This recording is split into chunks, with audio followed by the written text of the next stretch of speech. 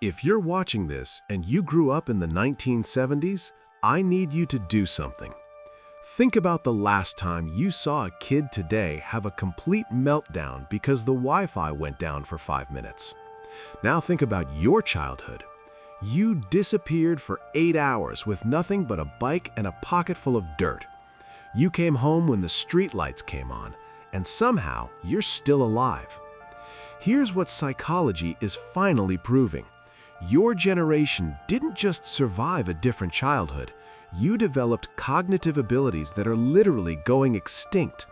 And in the next 6 minutes, I'm going to show you exactly what your brain can do that most people under 40 cannot.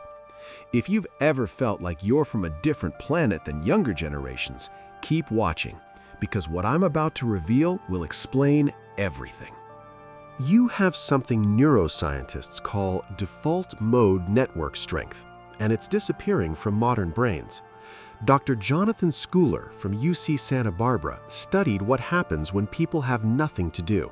He found that brains trained before smartphones have significantly stronger mind-wandering capabilities. This isn't daydreaming, it's how your brain solves complex problems and generates creative ideas. Here's what happened in your childhood. You spent hours doing absolutely nothing, lying on your back watching clouds, sitting on the porch waiting for something to happen, staring out car windows for 3-hour road trips with no screens, no music, just your thoughts. Modern research from Microsoft shows that the average attention span dropped from 12 seconds in 2000 to 8 seconds today. But your generation? You can sit in a waiting room for 40 minutes without touching your phone and feel completely fine. Why? Because your brain learned something critical. Boredom isn't an emergency. It's a state where creativity lives.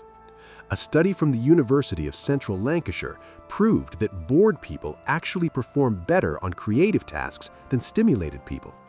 Your childhood was an extended training program in creative problem-solving through enforced stillness. You built entire imaginary worlds in your head. You invented games from literally nothing, and your brain developed the capacity to generate its own entertainment. This is why you can work on a project for hours without needing a dopamine hit every 3 minutes. Your neural pathways aren't wired for constant stimulation. They're wired for depth. You grew up in an era psychologists now call the golden age of unsupervised play, and it gave you something that's almost extinct: accurate threat assessment. Dr. Peter Gray from Boston College spent decades studying free play. He found that children who engage in risky physical play develop better emotional regulation and lower anxiety levels as adults. Think about your childhood. You climbed trees that would horrify modern parents. You rode bikes down hills with no helmets. You played with fireworks, built ramps, jumped off roofs into pools, and yes, you got hurt a lot. But here's what that taught your amygdala: the difference between actual danger and manageable risk. Modern children are protected from every possible harm. Their nervous systems never learn to calibrate risk, so as adults, they experience the same level of anxiety about a difficult conversation as they do about a physical threat. But you broke your arm falling out of a tree and got back up. You have a permanent scar from that one time with the glass bottle, and your brain encoded those experiences as painful but survivable.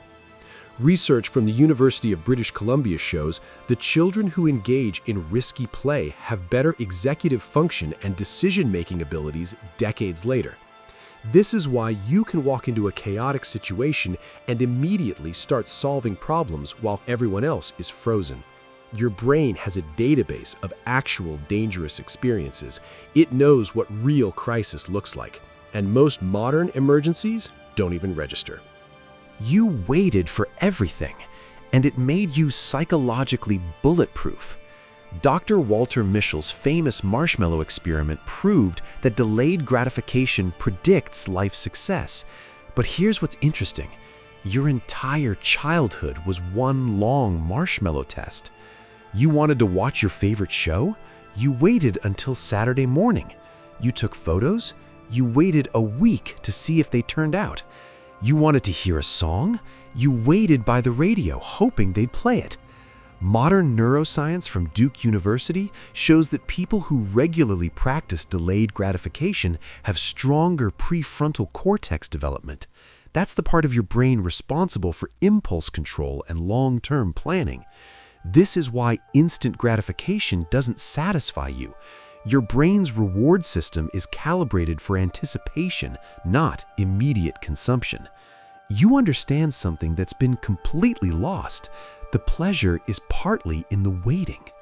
At 8 years old, you left the house in the morning and came back when streetlights came on. Nobody knew where you were, nobody tracked you, and somehow you made it home alive every single time. Dr. Lenore Skenazy, who researches childhood independence, calls this free-range parenting.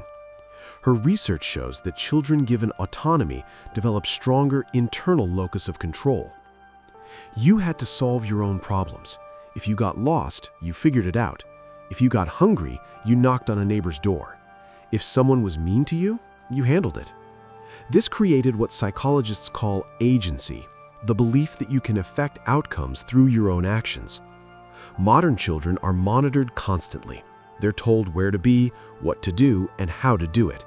Their brains never develop the neural pathways for independent decision-making.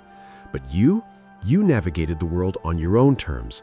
You assessed situations, made judgment calls, and lived with the consequences. This is why you don't need validation or permission to take action. Your brain was wired for autonomy before you could spell the word. If you grew up in the 1970s, you're not just nostalgic for a simpler time. You're mourning the loss of a developmental environment that created capabilities most people will never have. Your independence isn't coldness, it's competence.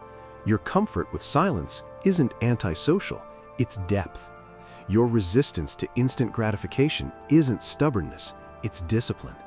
You were shaped by a childhood that would get parents arrested today, and it didn't damage you, it built you. Drop a comment if you're a 70s kid and tell me which trait resonated most. And if you want more psychology that validates who you really are, hit subscribe. You're not outdated, you're carrying forward abilities that the world desperately needs.